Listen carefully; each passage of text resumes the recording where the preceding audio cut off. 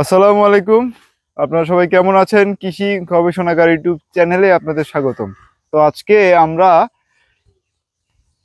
Holstein ফ্রিজিয়ানের যে জাতের কেমন বাছুর হয় সে সম্পর্কে জানবো। এটি হচ্ছে এইচএফ 125 বুলের সিমেন্সের একটি বাছুর। তো চলুন সেই বাছুরটা আমরা দেখে আসি। আপনারা এখানে তিনটি বাছুর দেখতে পাচ্ছেন। তিনটি বাছুরের মধ্যে হচ্ছে দুইটি ফ্রিজিয়ান বাছুর এবং হচ্ছে একটি হচ্ছে ক্রস বাছুর।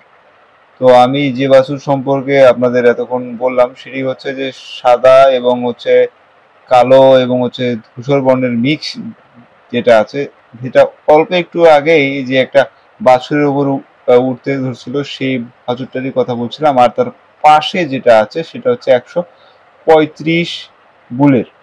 এই 135 এবং 125 বুল অ্যাকচুয়ালি আমরা যখন সিমেন্স এই গাভিটাকে আর কি পুশ করাই, তখন আমরা হচ্ছে এই সিমেন্সের গায়ে এটা লেখা ছিল।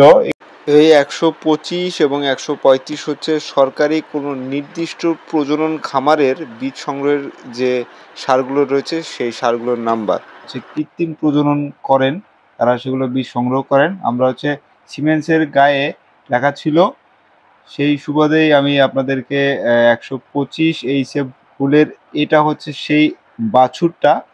আর হচ্ছে সাদা এবং হচ্ছে কালো অংশ, এটা হচ্ছে 125 বুলের আর কি বাছুর। তো এটার বয়স হচ্ছে 1 মাস। আর আরেকটা যে সাদা অংশ বেশি আছে সেটার বয়স হচ্ছে 1 মাস 13 দিন। দুইটাকেই কৃমির ডোজ কমপ্লিট করা হয়েছে, কারণ 7 দিন বয়সেই পাউডার একটি কৃমির পাউডার পাওয়া যায়, সেটাকে আমরা গুড়ের সাথে খাওয়ানো হয়েছে। এত বিস্তারিত বলার মূল কারণ হচ্ছে এখানে যে কয়টি বাছুর এবং গরু দেখতে পাচ্ছেন এই সবগুলোই গরু হচ্ছে আমার ছোট ভাইয়ের শ্বশুরের। তিনি প্রায় 15 থেকে 20টা গরু লালন পালন করে আসছেন।